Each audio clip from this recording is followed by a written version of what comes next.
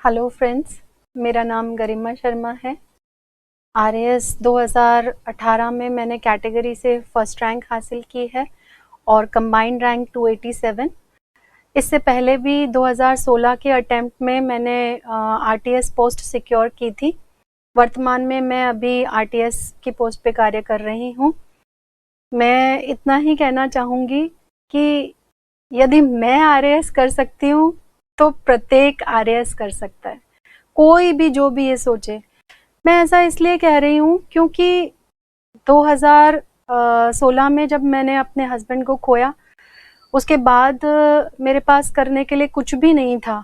मैंने सिर्फ और सिर्फ अपने माइंड को थोड़ा सा पॉजिटिव डायरेक्शन में डाइवर्ट करने के लिए, और हस्बैंड की भी इच्छा थी कि मैं कुछ इस तरीके से करूं कि मैं एडमिनिस्ट्रेशन में आऊं, तो मैंने कोशिश करने की ठानी। उसके बाद में मैंने 2016 में जब आरएएस की तैयारी शुरू की तो मेरे पास कोई गाइडेंस नहीं थी। मैं दिलीप सर के पास में आई तो सिर्फ ये सोच के आई थी कि मैं शायद स्कूल लेक्चरर या कॉलेज लेक्चरर का कोई एग्ज़ाम हो तो उसके लिए मुझे थोड़ी सी गाइडेंस मिल जाए। सर के पास आई तो जिस तरीके से सर ने मुझे समझाया, बताया कि मैं बहुत आराम से आरएएस कर सकती हूँ, तो मैंने सोचा कि ठीक है, फॉर्म भर देते हैं। फॉर्म भरा और मेरा अच्छे से सिलेक्शन हो गया। इसमें प्री के वक्त ही मुझे इतना ज़्यादा थोड़ा सा डर लग रहा था कि कैसे क्या होगा, लेकिन प्री में मेरा सिलेक्शन होने के बाद में मुझ में थोड़ा आत्मविश्वास जागा और फिर मैंने कंटिन्यूसली यहाँ स्प्रिंग बोर्ड एकेडमी की क्लासेस लगातार ली। इसमें मैं इतना कहना चाहूँगी कि स्प्रिंग बोर्ड के नोट्स अगर आप पढ़ लेते हैं तो मेरे हिसाब से आपको और कुछ भी पढ़ने की ज़रूरत नहीं है। जैसे अभी now RAS 2021 is round the corner and notification निकल ही चुका है, वैकेंसीज आ चुकी हैं। एग्ज़ाम की डेट कभी भी किसी भी क्षण आ सकती है। सो गियर अप। और मेंस के जो ये जो अपने प्री के जो 4 अपने मेजर सब्जेक्ट्स हैं, हिस्ट्री है, ज्योग्राफी है, आपकी पॉलिटी है, इकोनॉमिक्स है। अगर एनालिटिकल क्वेश्चंस में आप अच्छे हैं तो उसके ऊपर फोकस कीजिए। मेरा जो एनालिसिस कहता है 2016 का, उसमें मेरी जो स्ट्रेंथ थी वो था 4th पेपर, जिसमें मैंने 104 नंबर हासिल किए थे।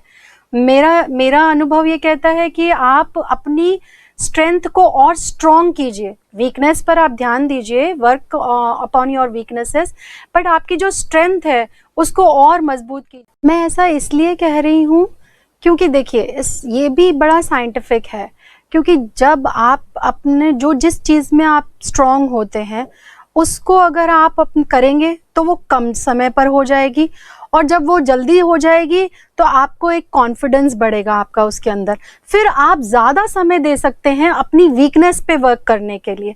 तो इसीलिए मेरा कहना ये है कि जो आपकी स्ट्रेंथ है उसको आप स्ट्रॉन्ग करिए, क्योंकि वो आप जल्दी से कर लेंगे, उसमें आपको इंटरेस्ट भी आएगा, आपका टाइम बचेगा और ज़्यादा कोर्स कवर हो जाएगा, तो आपको कॉन्फिडेंस बढ़ जाएगा। कॉन्फिडेंस बढ़ने के साथ साथ आप स्पेयर टाइम जो आपका बचता है ये जल्दी करने से, वो आप अपनी वीकनेस पे वर्क करने के लिए लगा सकते हैं। मैथ्स मेरी बहुत कमज़ोर थी, तो 2016 में मैंने उसके ऊपर ज़्यादा वर्क किया, तो कहीं ना कहीं मुझे हिंदी और इंग्लिश पे काम करने का टाइम कम मिला। लेकिन एनालिसिस के बाद में मैंने ये पाया कि 2018 में मैंने अपनी हिंदी और इंग्लिश के ऊपर बहुत ज़्यादा कार्य किया। शुरू दिन से ही मैं अपने छोटे छोटे मुहावरे और छोटी छोटी लोकोक्तियाँ और ये सारी चीज़ें डेली रेगुलर बेसिस पे करती रहती थी, तो एकदम से मुझे बर्डन महसूस नहीं हुआ।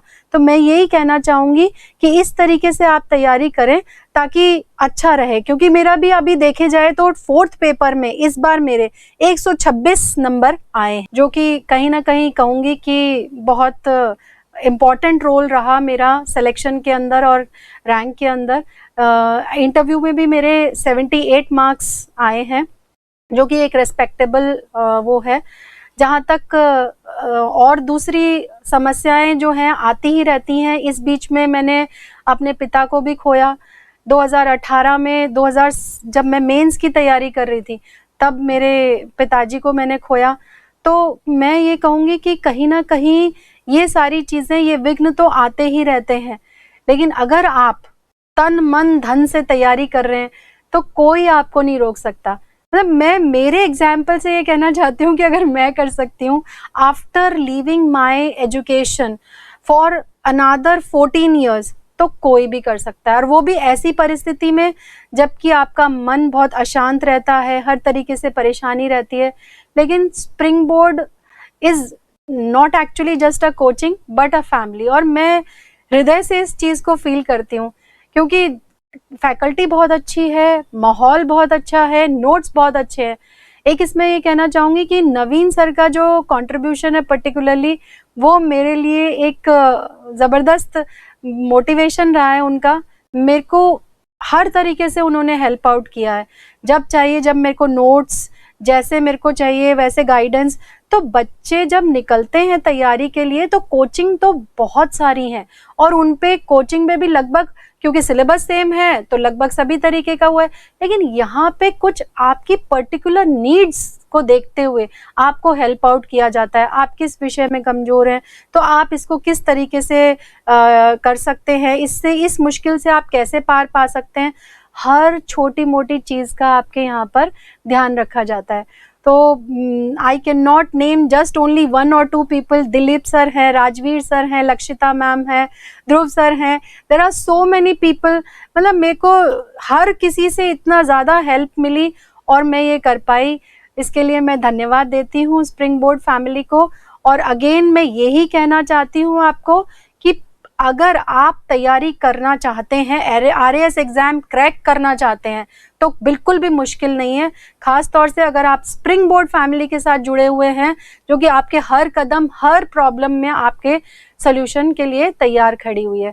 तो अभी नोटिफिकेशन आ चुका है, तैयार हो जाइए। Just gear up and tie up your laces and just run into the race. Thank you so much.